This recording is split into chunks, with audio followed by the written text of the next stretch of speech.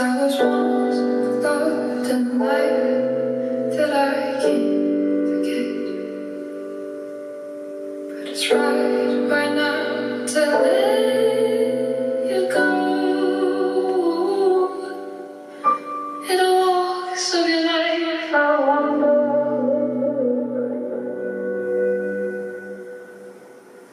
But what are you like now?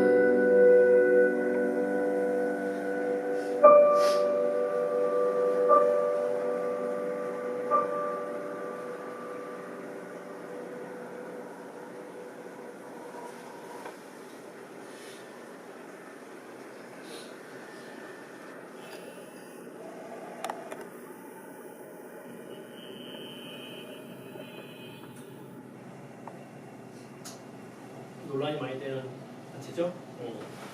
네, 블랙독 그 캠페인이라고 해서 몇 년도 아니죠. 2년 전인가 3년 전에 했던 거고, 그해 이 영상을 만들어서 바이럴로만 하셨어요. TV라면 나온 게 아니고. 그게 방송 관련 그 수상에서 그 시상식에서 대상을 받은 걸로 알고 있습니다. 굉장히 잘 만들었어요. 이게 동물권 단체들이 해야 될 일이라고 저는 생각합니다. 왜냐, 그 검은 색에 대한 어떤 편견은 전 세계적인 거거든요. 검은 고양이의 날, 검은 개의 날이 따로 있을 정도로. 그러니까 색깔에 대해서 너무 많은 편견을 가지고 있어요. 여기 지금 모든 분들이 거의 검은 패딩을 입고 검은색 옷을 입음에도 불구하고, 그리고 뭐 이렇게 고등학교나 중학교 거기 가보면은 펭귄들이 여러 이렇게 다니지 않습니까? 롱을 입고 검은색이 다 주요인데도 불구하고 동물로 오면은 그 색깔에 대한 편견이 굉장히 심합니다. 사실 그래서 어떻게 보면 고양이 좋아하시는 분들이 의례적으로 하시는 말씀이잖아요. 노라이가 진리다, 삼세이가 진리다. 사실 그런 말조차 사실 그런 견적이 들어가 있는 거라서, 그런 사실은 고양이 관련해서 이렇게 조금 동물 해양이 있지만 그런 것도 좀 자제를 해 주셔야 하는 게 맞아요. 그 색깔에 대해서 제가 좋아하는 거, 특히 이제 생명에 관해서 색깔이나 그런 거에 대해서 자꾸 하게 되면 은연중에 이런 것들이 다 퍼지거든요. 나는 뭐가 좋다, 뭐가 좋다. 그걸 논쟁할 필요까지도 없는 거예요. 근데 논쟁이 가끔씩 벌어지기도 합니다. 인터넷상에서는 자기 아이의 사진을 올리고. 이렇게 동물권단체에서 이렇게 행동을 해야 되는데 왜 케어 사태가 왜 그렇게 일어나느냐? 저는 물론 그 대표가 잘못한 부분도 분명히 있지만 가장 큰 부분은 후원자들이 아무런 역할을 하지 않았다는 거예요. 돈만 내고 말았다는 거예요. 돈을 내고 거기서 알아서 해주겠지. 그러니까 끝난 거예요. 전체 수입의 몇 프로가 아이들 돌보는 데 들어갔는지 그거에 대해서 회계자료를 한 번이라도 점검해 봤던 사람이 있었더라면, 형사보도 이번에 그 셜록이나 뉴스타파에서 한 거 보면 그렇게 뭐 어려운 일도 아니고, 사실은 그 전에 막 이렇게 떠보던 소문 같은 게 굉장히 많았어요. 그걸 다시 한번 확인시켜주는데 그 확인하는 과정도 그렇게 어렵지는 않았는 것 같더라고요. 제가 케어 쪽에다가 후원을 하거나 그렇지 않았기 때문에 뭐 정확히 모르지만 한 가지 현실을 보면 그걸 볼 수가 있습니다. 케어나 동물자유연대나 카라나 대표가 안 바뀌어요. 저렇게 너무 의아한 겁니다. 시민단체랍니다. 비영리단체고. 그러면 정관이 있을 것이고 해칙이 있을 것인데 거기에는 정신제라고 나와 있지는 않았을 거란 말이에요. 어떤 절차들이 있었을 텐데 그 절차가 하나도 이루어지지 않았다는 거죠. 그 과정에서 대표가 실수한 가장 큰 건 바로 이겁니다. 기망. 허위의 사실을 말하거나 진실을 은폐함으로써 상대방을 착오에 빠지게 행위입니다. 이거에 대해서는 대표도 잘못했다라고 인정을 했어요. 근데 거기서 끝났으면 참 좋았을 텐데 거기서 인도적 안락사람을 주고 나왔어요. 본인이 잘못한 것과 인도적 안락사를 같이 묶어서 하게 되면 안 되는 거죠. 그건 별개입니다. 여러분들이 후원을 하시는 분도 있고 안 하시는 분도 있겠지만 외국 사람들은 되게 부러워하시잖아요. 뭐 독일이라고 거의 100%다 후원이거든요. 하지만 후원하는 사람들이 그 후원하면서 그 단체나 어떤 모임에 대해서 굉장히 열심히 참여해서 그걸 확인합니다. 어떻게 하고 있는지를. 그러니까 돈만 내고 나서 본인의 그런 측은지심을 다 면제받으려 하지 마시고 단체에 후원하게 되면 그 단체에 관심을 가지십시오. 그건 제가 부탁입니다. 그러지 않으면 이런 형상들은 계속 끊임없이 나올 수밖에 없어요. 내가 어느 단체, 어느 보호소에 후원을 하고 내가 봉사를 나갔다. 그리고 단지 그 아이들에 가서 하루를 치워주고 하루 깨끗하게 끝나는 것이 아니라 그쪽에 후원했으면 그 단체가 어떻게 나가는지 어떻게 되어 있는지를 같이 짚어주고 같이 힘써서 문제를 해줘야 되는 거예요. 그냥 나 기분 좋으려고 하루 갔다 와서 끝난다. 그러시는 거 안 돼요. 동물보호, 뭐 길고양이 돌보는 거, 유기견 문제. 이건 솔직히 말씀드리면은 종점 없는 마라톤이고 종착점 없는 기차 같은 거예요. 끊임없이 가야 됩니다.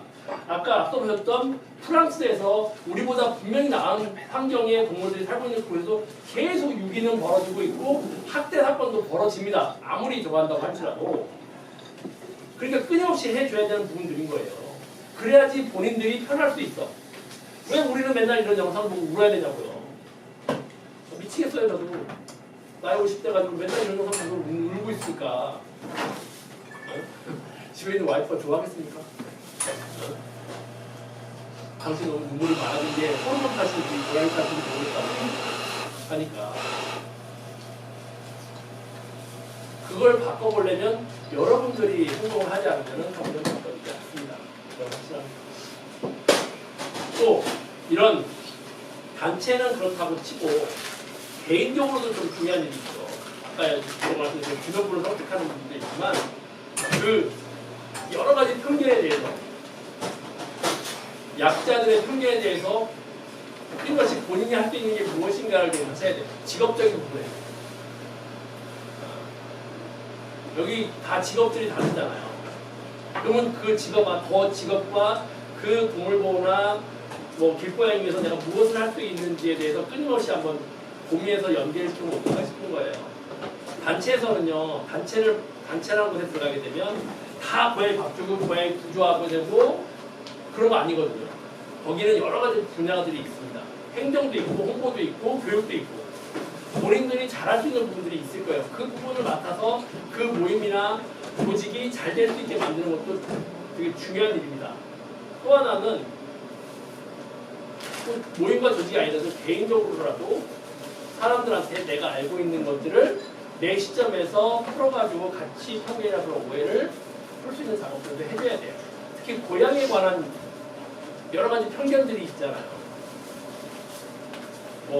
여기서 강연이 아니니까 제가 말씀 안 했지만 그런 편견들을 없애려면 여러분들이 일단은 길고양이에 대해서 알아야 되는데 솔직히 말씀드리면 여기서 길고양이에 대해서 제대로 아시는 분들이 그렇게 많지 않을 거라고 봐요.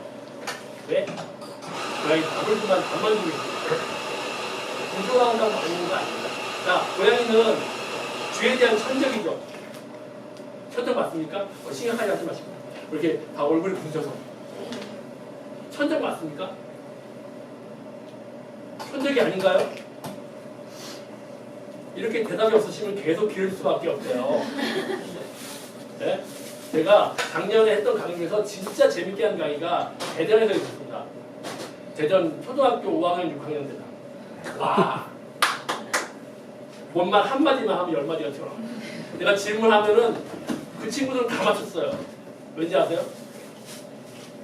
아이고 부끄럽지 않고 다 하거든. 근데 나이대가 조금 올라가죠? 그러면 이렇게 혹시 내가 틀리지 않을까, 모르지 않을까, 부끄럽지 않을까, 몰라서 좀 기도하지 않을까 해서 가만히 계신다고요.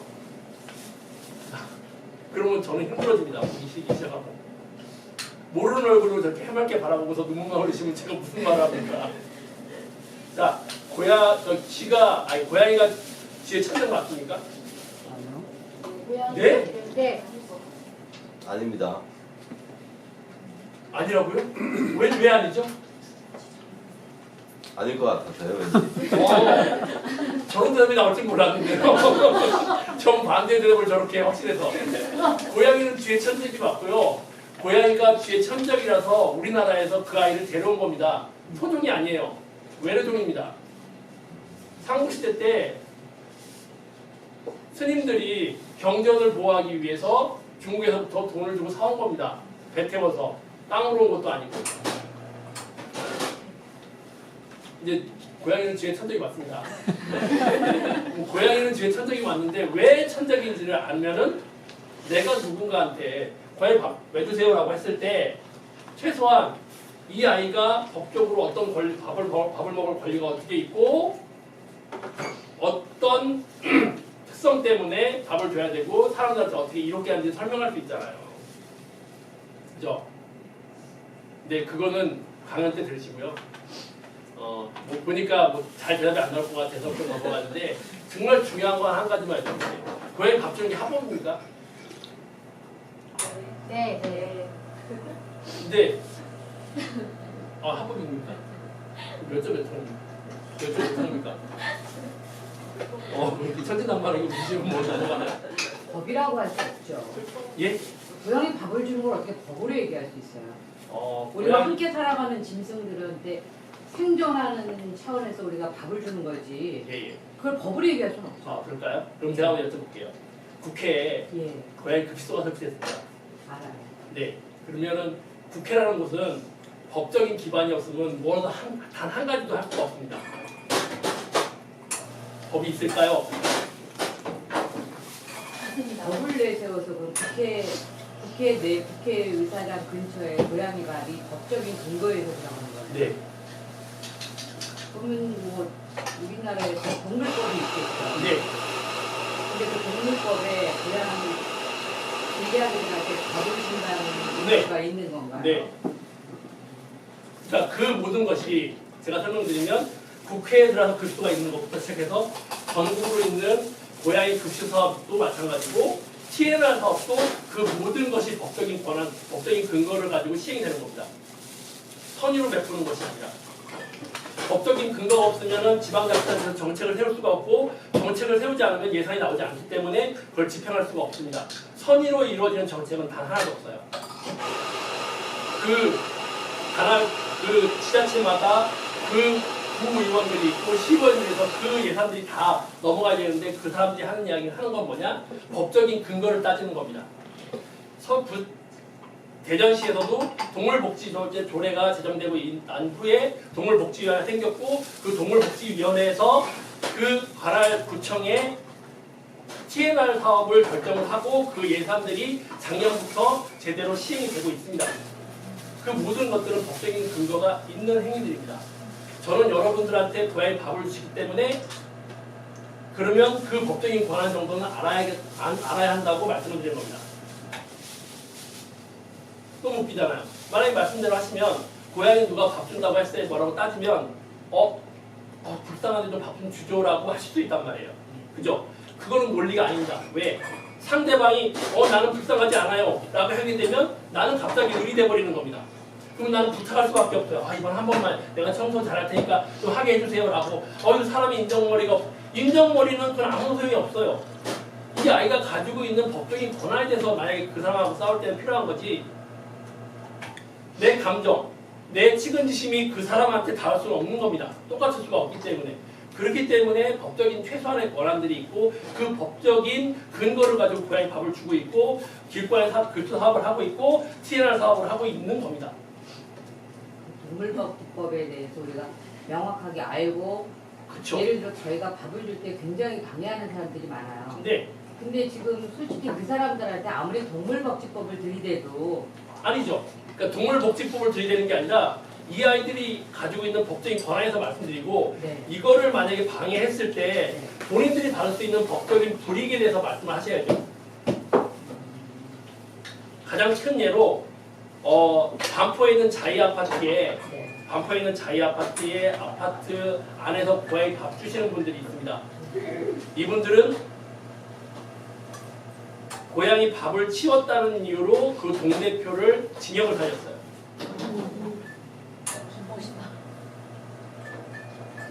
그러면 그 근거를 정확히 알려주세요. 왜냐하면 저희도 그렇게 해서 우리가 항상 의리되는 입장이니까 내가 당당하게 줄 수 있어야 되는데 공적인 장소에서 밥을 줘도 이거는 뭐 이해가 안 되는 거예요. 그러니까 그래서 알으셔야 된다는 거. 오늘 배울 수 있으니까 동대표를 징역을 보낼 수 있는 방법을 실망. 간단하게 설명드리면 자 아파트 잠깐 이거 뭐 그러니까 아파트에서 그러니까 왜 강연에 안 나오시죠? 저는 대전에 살 때마다 이런 얘기들을 벌써 몇 번째 하고 있는데 안 오세요.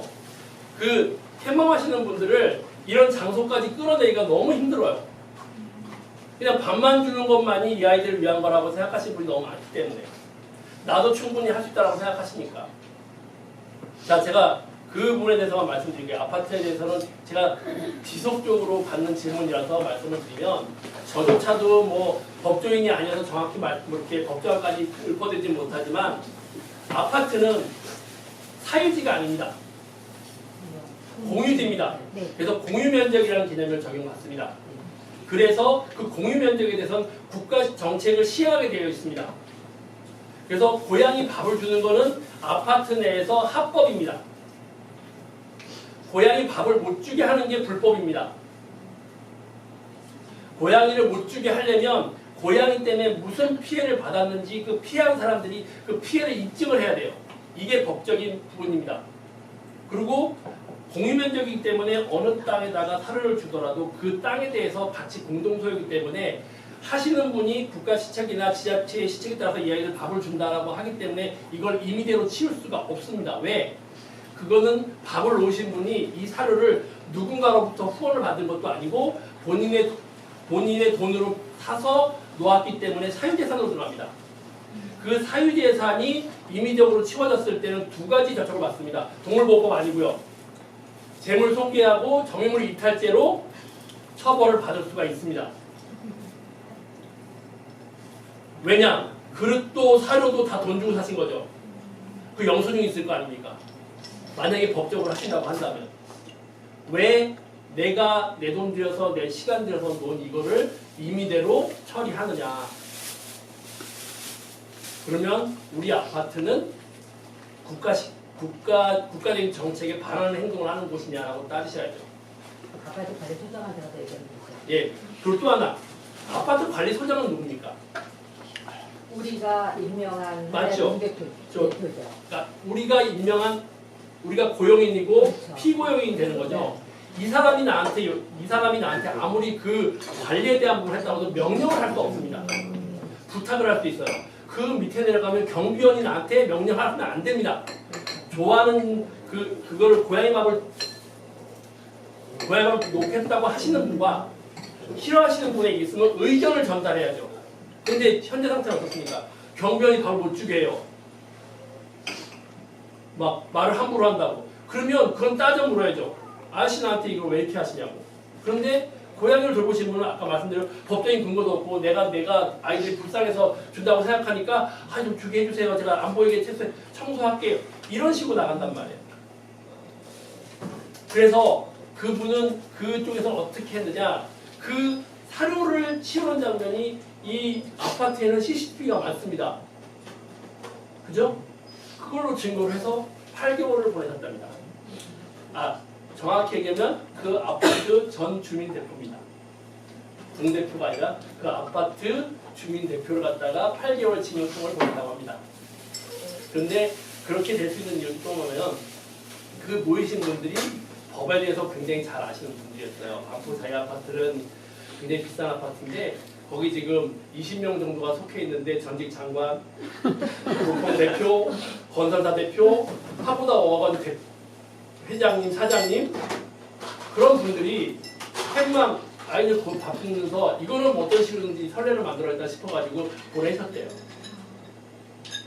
인정에 호소할 게 아니라 그죠? 내 재산상의 피해에 대해서 그 사람이 손해를 입기 때문에 그 손해에 대한 부분을 합의로 아니라 할 수 있을 것만큼 징역형을 보냈다고 합니다.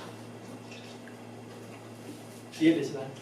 이해는 되는데 그런 것들이 좀 확산됐으면 좋겠는데. 그러면 전제 조건이 있죠. 지금 아파트 사시나요? 네. 아파트 사시면 먼저 모임을 만드셔야 됩니다. 혼자서는 못합니다. 그 모임의 규모도 많을 필요가 없어요. 제가 질문을 받았을 때 이런 걸 설명해 드리고 제가 아무리 설명을 자세하게 한다고 하더라도 저는 그 아파트에서 머릿속에 일도 그려지지 않습니다. 왜냐 글로 보는데 한계가 있으니까 저는 원칙적인 건 말씀드리고 단 혼자서는 제가 말씀드린 거를 할 수가 없습니다. 최소한 3명에서 4명이라도 사람을 모아서 그 사람들이 그 아파트의 주민의 한 여론을 담당한다고 이야기를 해야 되는 거죠.